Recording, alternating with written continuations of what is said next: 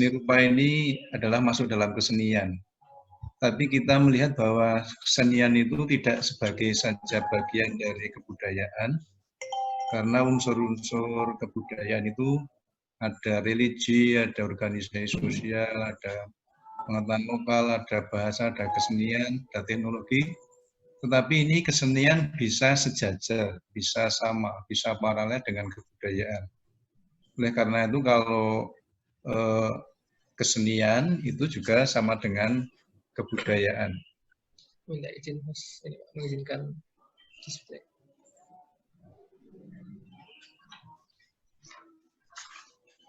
Baik, apakah suara saya terdengar, Gih? Jelas, Prof. Bisa terdengar. Baik.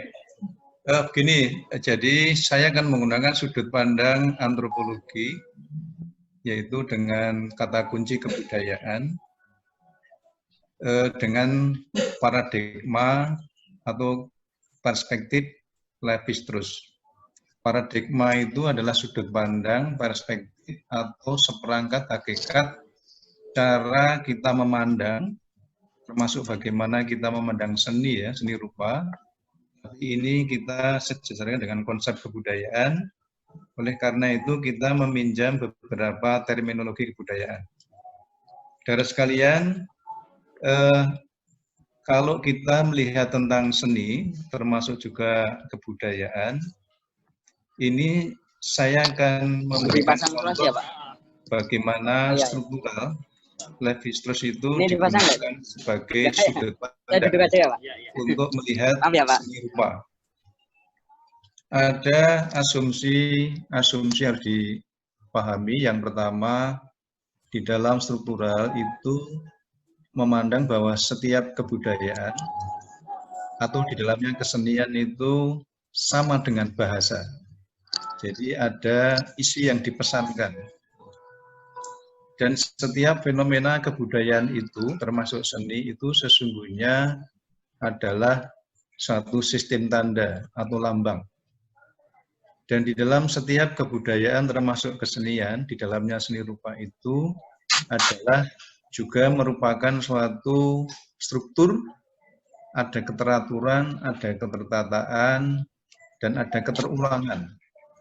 Struktur itu seringkali tidak disadari oleh orang yang melakukan kegiatan seni atau budaya, tetapi bagi peneliti itu sangat tahu dan sangat sadar.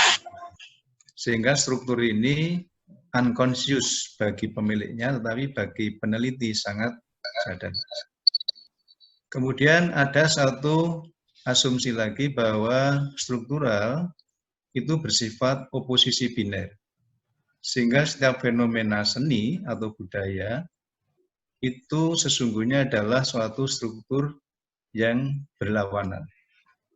Ya, sehingga nanti kita melihat apa betul seperti itu. Kemudian di dalam analisis struktural itu juga dalam menempatkan suatu fenomena budaya termasuk seni dan seni rupa itu bersifat sintakmatik. Sintakmatik ini adalah istilah dalam bahasa yang sesungguhnya arti sederhananya adalah berurutan. Peristiwa kebudayaan itu berurutan, hierarkis. Mungkin juga di dalam seni, di dalam membuat suatu struktur visual itu juga tidak bisa tiba-tiba berbolak-balik, tetapi beruntun, ya. Apakah itu nanti betul? Coba kita lihat. Dan juga satu hal lagi yang penting adalah di dalam analisis struktural itu ada asumsi bahwa setiap kebudayaan, setiap kesenian itu adalah bersifat paradigmatik. Paradigmatik itu adalah bersifat asosiatif. Asosiatif itu kira-kira adalah satu asosiasi tafsir yang tidak sama namanya tapi esensinya sama. Jadi misalnya saya, kemudian kulo, kemudian aku, kemudian M, itu esensinya adalah sama. Dan yang terakhir, ada satu asumsi yang sangat mendasar dalam analisis itu adalah transformasi. Jadi dalam pemahaman paradigma struktural, itu setiap fenomena budaya itu bersifat transformasi. Tidak ada sesuatu yang lain, yang ada hanyalah perbedaan strukturnya, tetapi esensinya sama. Struktur luarnya saja yang berbeda, tetapi isinya sama. Sehingga hanyalah malih bentuk atau berbeda saja. Transformatif. Saudara sekalian, itu asumsi yang penting yang harus kita pahami untuk menganalisis seni, termasuk juga kebudayaan dalam arti yang luas. Kemudian pertanyaannya adalah, di dalam kita menganalisis itu yang pertama, apakah setiap fenomena kesenian atau apakah setiap fenomena yang namanya seni rupa itu berstruktur? Ada keteraturan, ada keterulangan.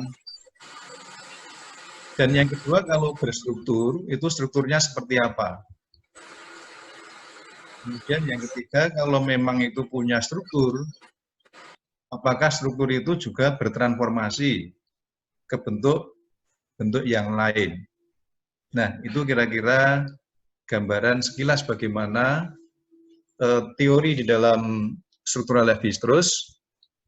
Ya, nanti kita cocokkan kenyataan di lapangan, terutama untuk melihat atau menukik pada bidang seni, yaitu seni rupa, seperti apa. Saudara sekalian, bahwa di dalam kebenaran ilmu pengetahuan itu tidak bersifat mutlak, tetapi kebenaran itu bersifat paradigmatik. Sejauh mata kita melihat atau memandang dengan sudut pandang yang kita pakai ya. Hari ini kita memakai sudut pandang struktural. Nah, sehingga nanti hasil kajian kita ini kira-kira atau simpulannya itu persoalan benar salah itu tidak penting. Tapi persoalannya adalah logis atau tidak. Logis atau tidak. Dan bagaimana kita menganalisis itu mampu untuk menghubungkan antara aspek satu dengan aspek yang lain secara relasional. Sehingga nanti ada relasi-relasi yang transformatif, yang logis.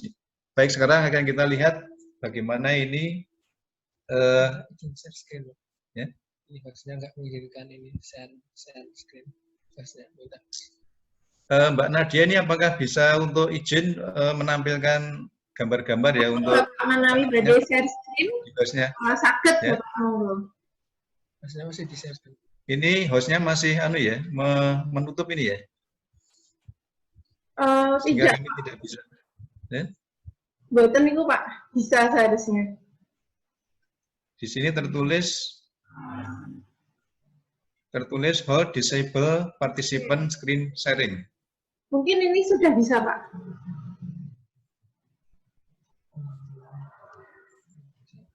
Oh ya, sekarang ini baru bisa ya. Tadi saya kira sudah bisa ya, ternyata ada kendala, mohon maaf ini ya. Baik, dari sekalian, coba kita lihat. Saya akan menggunakan contoh seni rupa, yaitu patung Loro Blonyo. Ya, patung Loro Blonyo ini dalam konteks budaya Jawa itu tidak bisa terpisah dengan rumah Jawa yang namanya joglo. Ini kok hang ya, Pak? Ini nggak bisa ya? Sudah. Bisa Pak. Ya.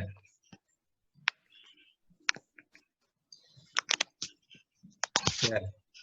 Ini saya melihat patung Loro Blonyo, ya. Kecil itu tidak bisa dipisahkan dengan rumah Jawa, joglo. Dan kalau kita menggunakan analisis struktural, maka patung ini dan rumah ini sebagai teks, dan kemudian Jawa itu sebagai konteks. Jadi teks yang mengkonteks. Karena ini pendekatan kebudayaan, maka tidak lepas dengan teks dan konteks, objek dan subjek, ya.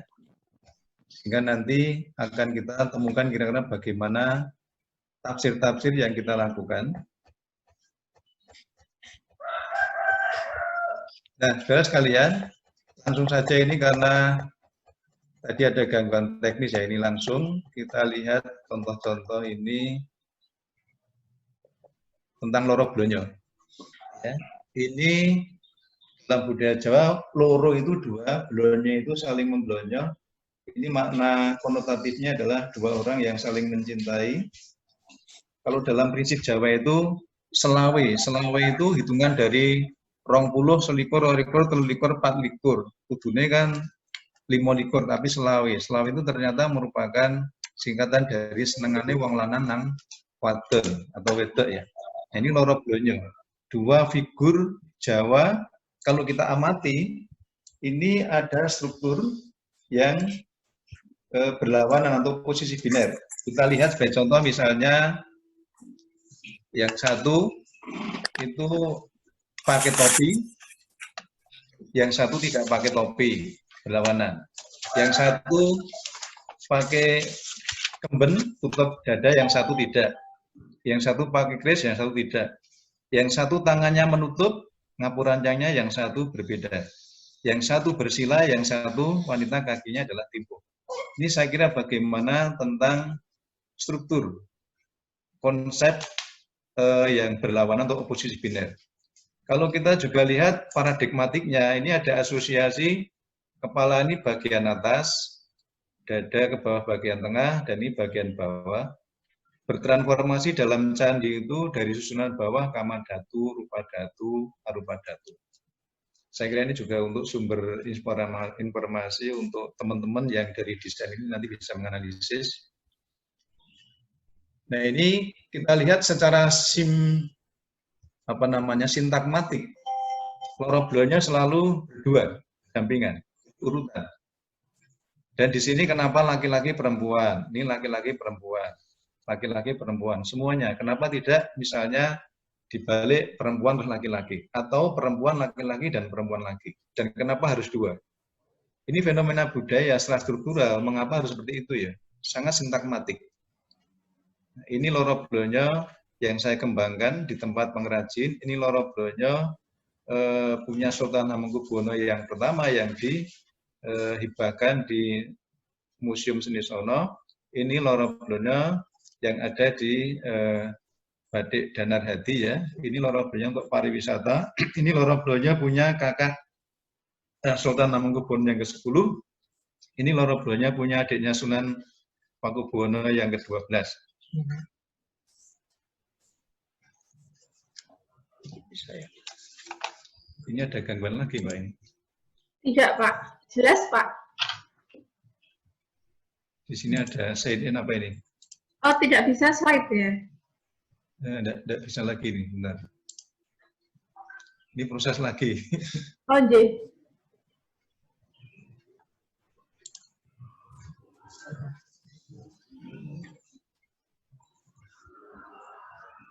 Tidak bisa.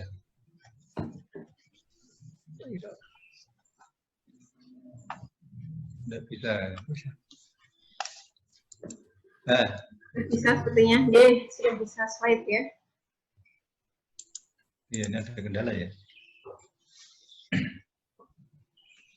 Ini kalau kita bicara tentang struktur manusia itu juga oposisi biner. Ada jiwa yang tidak tampak, tapi ada yang tampak, yang fisik. Ya, ada alam semesta yang tampak, yang ada di bumi pertiwi di bawah, tapi ada juga yang di atas Allah. Oposisi biner. Kemudian juga kita lihat ini secara horizontal. Ternyata loro blonyo itu kalau kita asumsikan dalam konsep Jawa, itu seperti arah mata angin, utara, timur, selatan, barat. Ya, itu kalau kita lihat dalam transformasi manusia itu kan dibuat dari 4 anasir ya, dari air, dari udara, dari tanah, dan asal manusia itu juga dari api ya. Nah, sehingga di sini air itu adalah transformasi atau malah bentuk dari nafsu, kalau orang Arab mengatakan mutmainah, karena putih ya warnanya ya. Kalau warna merah itu transformasi dari marah, warna darah, dan itu kalau nafsunya nafsu amarah. Kalau yang warna kuning itu udara, itu supiah. Udara itu sesuatu yang ada tapi tidak ada. Ada yang bisa dirasakan tapi tidak bisa dipegang, sehingga kenikmatan itu tidak bisa bersifat bisa dipegang. Dan itu kalau kita mengejar nafsu supiah tidak mungkin akan bisa ketemu ya. Tapi manusia juga dibuat dari tanah, warnanya hitam. Dan ini nafsunya adalah nafsu al-wamah. Nah, 4 struktur ini orang Jawa mengatakan atau bertransformasi ke dalam satu papat kiblat 5 pancer. Ini juga bertransformasi pada struktur, misalnya untuk gunungan makanan ya. Di Jawa itu ada makanan untuk kondangan kendur itu ada yang gunungan lanang, ada yang gunungan wadon. Nah, coba kita lihat transformasi ini ya. Berikutnya kita lihat juga patung Loro Blonyo ini ternyata laki-laki itu transformasinya dalam bentuk lebih kepada seperti lingga ya, bentuknya lincip. Kalau wanita itu bulat. Nah, sehingga bentuk-bentuk yang berupa bulat itu sebenarnya transformasi wanita. Yang runcing itu transformasi laki-laki. Dan ini kita ingat persis pada lingga dan yoni. Lingga itu adalah yang menonjol, dengan yoni itu yang bulat, yang berlubang. Air itu juga yoni, kemudian gunung itu adalah lingga. Sehingga kita memaknai transformasi gunung berapi itu kelaki-lakian. Kemudian Segoro Kidul atau Laut Selatan itulah wanita. Maka Nyi Roro Kidul itu dalam konsep atau kosmologi Jawa itu adalah tentang gambaran alam tentang wanita. Sedangkan gunung berapi itu adalah gambaran tentang alam laki-laki.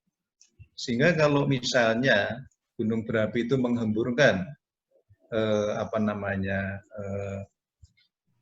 larvanya itu kemudian mengalir bersama di Kali Progo sampai ke Laut Selatan, maka terjadilah perkawinan alam, terjadilah kesuburan. Seperti juga dalam konsep Jawa, struktur oposisi biner di atas itu adalah bapak, sehingga yang di atas itu bopo atau bapak, ibu adalah di bawah, sehingga ibu pertiwi itu adanya di bawah, bopo angkoso itu di atas di langit. Kalau dua alam ini mengadakan perkawinan, bopo angkoso membuai ibu pertiwi melalui hujan, maka terjadilah kesuburan. Nah, seperti juga Loro Blonyo ini sebenarnya transformasi dari dua alam yang berbeda, yang sebenarnya itu diserasikan dalam suatu konsep perkawinan. Dua pikiran yang berbeda, kemudian dua hati yang berbeda, dua kelamin yang berbeda, dan nanti disatukan dalam satu kesamaan cara pandang. Nah, coba kita lihat sekarang Loro Blonyo sudah kita bahas. Sekarang kita ingin bangun tentang rumah. Bu Nadia, suara yang lain di off aja Bu Nadia. Loro Blonyo itu sangat kontekstual dengan rumah. Loro Blonyo itu juga berpasangan dengan rumah. Loro Blonyo sendiri berpasangan, laki-laki dan perempuan. Tapi Loro Blonyo sebagai satu kesatuan juga berpasangan dengan rumah. Sehingga secara sintakmatik itu adalah berpasangan. Kita lihat ternyata rumah itu juga sama persis. Dia juga bertransformasi dari papat kiblat 5 panca seperti Loro Blonyo tadi. Kalau di dalam negara itu ada konsep misalnya Kutonegoro, Negorogum, Monconegoro, dan pesisiran. Dari titik pusat di pemerintahan, di luarnya sampai yang paling jauh. Maka orang Jawa bilang kalau jauh dari ratu itu batu, orang batu itu mesti orang desa, orang kampung. Sehingga semakin jauh dari titik pusat ratu adalah orang yang di desa. Ini sekarang posisi di negara. Kalau dulu ini di keraton, ini semakin keluar. Kalau sekarang ini di pusat istana negara di Jakarta. Pusat, kemudian nanti ke kementerian, ke provinsi, kemudian ke kabupaten, kecamatan, dan ke rakyat biasa. Nah, ternyata ini juga bertransformasi ke dalam rumah ya, rumah Jawa. Joglo itu ternyata rumah itu sangat struktural. Dari pendopo, peringgitan, dalem, sentong. Sentong itu ada sentong kiwo, sentong tengah, sentong tengen, ada gadri, ada pawon, ada gandok kiwo, gandok tengen. Ternyata ini secara struktural, secara horizontal, itu juga persis sama dengan papat kiblat 5 pancer. Ada arah timur, barat, utara, selatan, dan tengah. Pas pancering pancer di sentong tengah. Dalam konsep Jawa, tengah itu sangat sakral, karena itu merupakan titik pusat. Titik pusatnya manusia juga ada. Kemudian rumah juga ada. Titik pusatnya bangsa juga ada di istana negara itu. Tugumona. Sekarang mau dipindah ke Kalimantan, pas posisi di tengahnya. Titik pusatnya dunia di Mekah ya. Nah, sekarang secara vertikal kita lihat juga ternyata rumah itu ada kakinya, ada badannya, ada kepalanya. Rumah Jawa pendopo itu adalah bagian depan karena dia laki-laki. Yang menerima tamu bagian depan itu laki-laki. Baru kemudian di antara itu ada selah-selahnya namanya peringgitan atau leher ya. Kemudian di bagian dalam, bagian yang rahasia itu badannya. Dan ternyata di bagian sentong kiwo, sentong tengen ini persis di antara keselangkangan itu namanya kewanitaan. Makanya sentong tengah itu tempat yang indah. Tidak ada pintunya. Kalau sentong kiwo, sentong tengen ada pintunya, tapi sentong tengah tidak ada pintunya. Dan ada kain yang indah, yang bagus, ada hiasan ukir-ukiran, ternyata itu juga transformasi itu. Transformasi dalam konsep kewanitaan, tempat yang sakral, yang suci, dan di situ tempat biji-bijian ternyata itu adalah rahim, tempat kesuburan. Sehingga orang Jawa itu kalau menyampaikan biji-biji termasuk Dewi Sri, padi yang diulir dari sawah itu ditempatkan di sentong tengah. Orang Jawa mau menemukan laki-laki perempuan dalam sekali hidup melalui upacara sakral perkawinan juga di sentong tengah. Meskipun peristiwanya di hotel, itu tetap menggunakan simbol-simbol sentong tengah. Nah, ini memang transformasi dari kewanitaan. Tempat yang dirahasiakan, tempat yang sakral, tapi diindahkan. Ya, sehingga dipakai untuk momentum yang sangat luar biasa. Serba titik tengah adalah serba yang sakral. Ya, yang tengah yang sakral. Bagaimana konsep itu juga bertransformasi, misalnya di Istana Negara yang sakral. Ya, di titik pusat manusia yang sakral, di rumah yang sakral, di Mekah yang sakral, dan sebagainya misalnya. Nah, kemudian Gadri dan Pawon ini sebagai kaki, karena transformasi Pawon, tempat awon, tempat abu itu tempat memasak, penyangga hidup, karena makanan sumbernya di kaki, penyangga hidup. Sementara di bagian yang inti badan dan bagian depan laki-laki.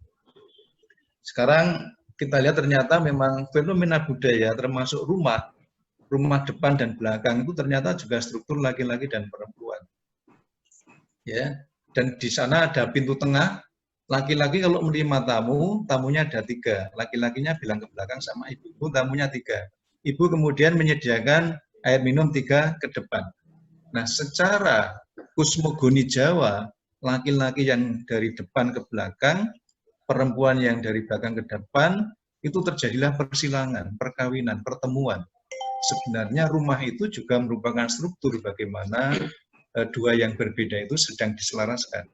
Bagaimana itu suatu konsep orang Jawa memahami tentang fenomena seni arsitektural yang diposisikan secara oposisi biner ya, berlawanan, transformatif, sintakmatik, dan ada asosiasi itu laki-laki perempuan secara paradigmatik. Dan itu sebagai sistem tanda, sebagai lambang, sebagai laki-laki dan perempuan. Seperti juga Bopo Angkoso dan Bumi Pertiwi yang dipersatukan supaya subur. Nah, ini juga kita lihat rumah dari samping tampak kepala, badan, kaki persis sama dengan transformasi candi. Sama. Persis sama dengan transformasi alam semesta. Bumi di bawah, awang-awang di tengah, langit di atas. Ini kalau dilihat dari tengah, di pusat ini juga sama. Di rumah Jawa itu ada 4 soko guru, dan di tengah ini ada satu titik yang tidak tampak tapi itu ada. Kalau ditarik pas itu pas di penuwun, di bagian atas lagi pas titik pusat. Sehingga orang Jawa itu kalau melihat bagaimana menempatkan penuwun di atas itu, tempat penuwun, panjungunan, sinuwun, susuhunan, itu disakralkan. Untuk menaikkan itu mengundang saudara, ada ritual, dicari hari yang baik, dan biasanya ada sistem tanda, ada simbol. Di sana ada jarik atau sarung yang ditaruh di atas, kemudian ada padi yang ditaruh di atas. Itu juga transformasi. Padi itu adalah Dewi Sri. Ya. Sarung itu adalah lambang dari padi. Lambang dari kapas. Kapas tentang sandang. Dewi Sri pangan, sandang dan pangan. Ternyata itu juga simbolik sekali. Nah, saudara sekalian, orang Jawa juga kalau dalam mendirikan rumah selalu di tengah ini, kalau tidak ditanam tanaman kelapa, itu mesti pisang. Kenapa 2 hal itu? Karena ini secara paradigmatik, secara asosiatif. Pisang itu tidak ada cabangnya. Sama dengan kelapa tidak ada cabangnya dan hanya menuju ke atas, ke Yang Widi, ke Yang Maha Kuasa, ingkang sinuwun, ingkang Maha Kuwaos. Tidak ada cabangnya menuju ke atas dan tumbuhan ini keduanya sama-sama bermanfaat. apa yang ada di pisang, apa yang ada di kelapa, semuanya tidak ada yang tidak bermanfaat. Prinsip orang Jawa juga bertransformasi pada pikirannya. Orang Jawa ingin mati sempurna, urip sempurna. Sangkan paraning dumadi. Sangkani saka ngendi, parani nang ngendi. Ya kira-kira itu garisnya seperti itu ya. Saudara sekalian, kalau kita lihat transformasi gender, juga ini struktur-strukturnya juga ternyata ini lingga. Lingga itu di sini bulat, panjang, runcing. Ternyata untuk satu lambang sistem tanda orang yang mati, itu yang laki-laki ternyata juga lincip, berbeda. Coba kalau kita ke kuburan, ke makam, ternyata laki-laki dan perempuan berbeda itu. Kalau perempuan bulat. Kemudian kendi atau tempat kita memegang kendi itu ternyata lambang laki-laki itu. Ke bawahnya ini adalah perempuan bulat ini. Sehingga kendi itu juga laki-laki dan perempuan.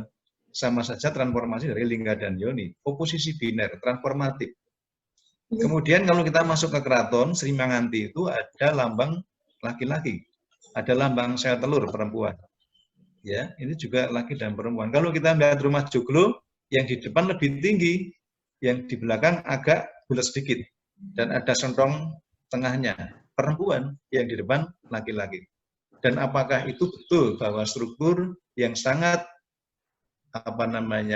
punya keterulangan, punya keteraturan, punya ketertataan, terstruktur, tapi kadang-kadang pemiliknya tidak sadar, unconscious. Tapi peneliti tahu, apakah itu juga loro-bronya ini adalah transformasi dari pola pemikiran yang terstruktur, yang unconscious bagi pemiliknya itu ya.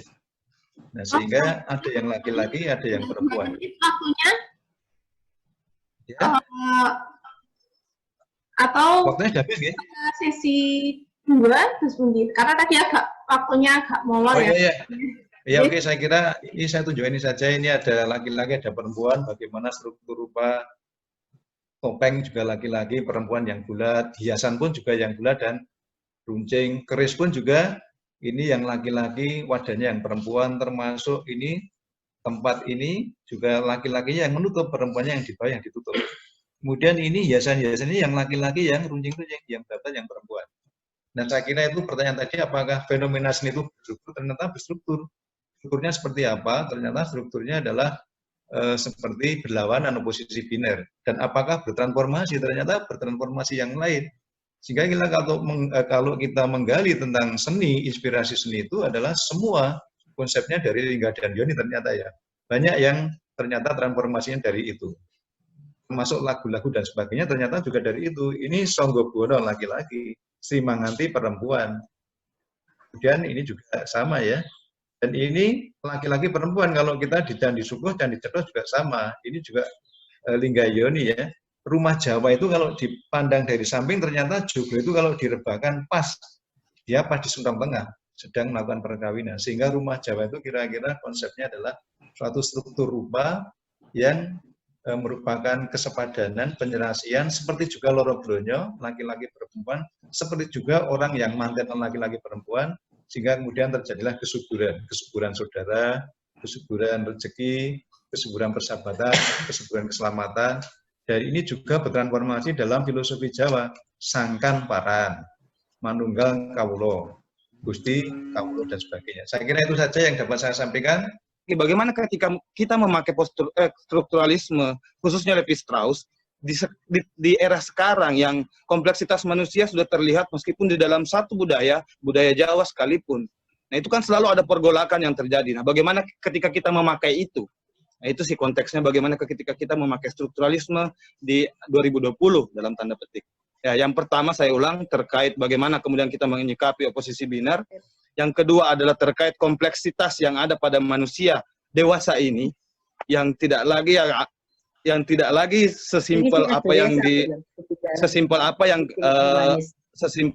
yang dirumuskan strukturalisme khususnya Levi-Strauss. Terima kasih, itu aja Pak. Toro, dosen Anda UI ya. Terus ya mengenai bagaimana menyikapi ketimpangan ini ya. Ya, bagaimana pemakaiannya secara bijak. Ini kadang-kadang dia membuka. Ya, terima kasih Mas Iksan. Struktural Levi-Strauss ini adalah salah satu cara pandang saja. Dan setelah itu ada hermeneutik, setelah itu ada posmo.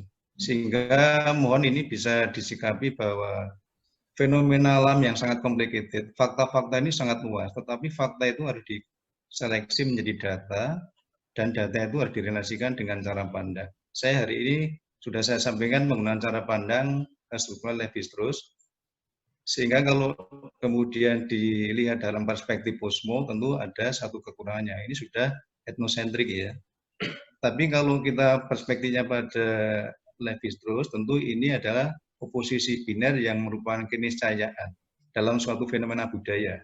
Ada fenomena budaya yang di luar itu, tergantung kita cara pandangnya. Nah hari ini dalam konteks Jawa, Jawa itu justru pergolakannya justru diserasikan. Laki-laki perempuan itu keniscayaan. Dan struktur bagi Jawa itu saling melengkapi. Tidak ada yang merasa maskulin tanpa misalnya feminin. Tidak ada yang merasa feminin tanpa maskulin. Sehingga struktur dalam konsep Jawa tidak sama dengan struktur dalam konsep Barat. Sehingga dengan demikian justru perbedaan itu bagi Jawa diserasikan. Sehingga kalau dulu egoisme laki-laki sendiri, perempuan sendiri, kemudian dalam konsep kosmologi Jawa diserasikan, seperti juga bagaimana makrokosmos dan mikrokosmos disatukan. Orang Cina mungkin mengatakan yin dan yang, ya. Sehingga itu juga bertransformasi di sana. Nah, saya kira itu bagaimana cara kita melihat dengan sudut pandang, kita konsisten dengan cara pandangnya, karena kebenaran tidak mutlak. Kebenaran hanya sejarah cara pandang. Dan cara pandang itu tentu kita harus menggunakan paradigma dan unsur-unsurnya, jangan kemudian disikapi dengan cara pandang yang lain. Maka sebenarnya kita harus melihat itu sebagai suatu etnosentrik.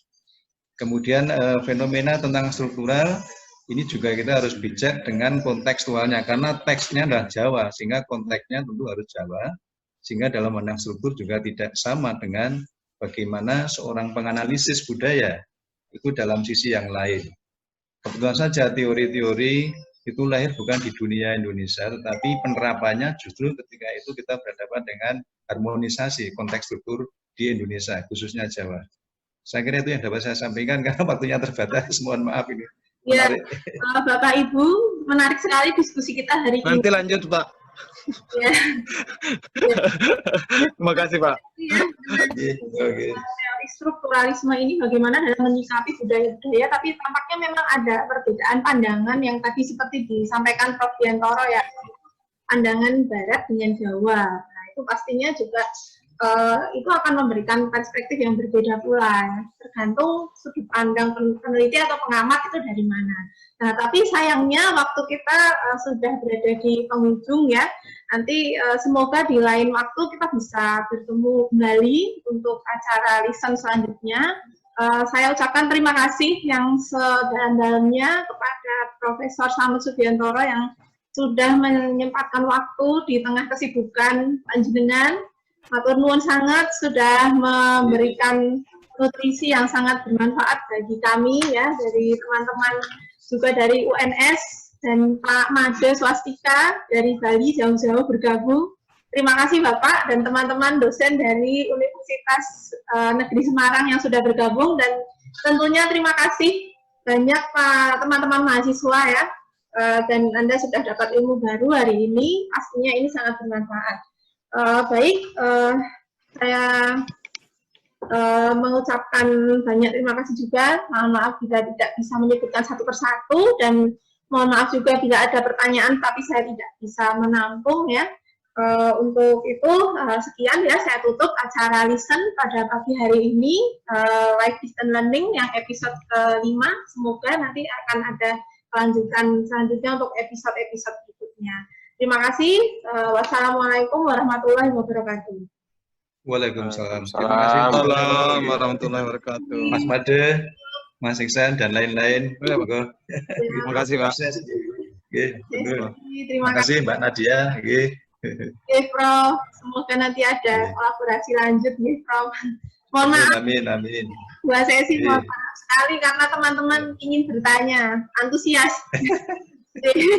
Kesempatan lain. Ya, oke, monggo Prof. Manawi ada kegiatan saya. Bapak Ibu semua, sampai bertemu lagi.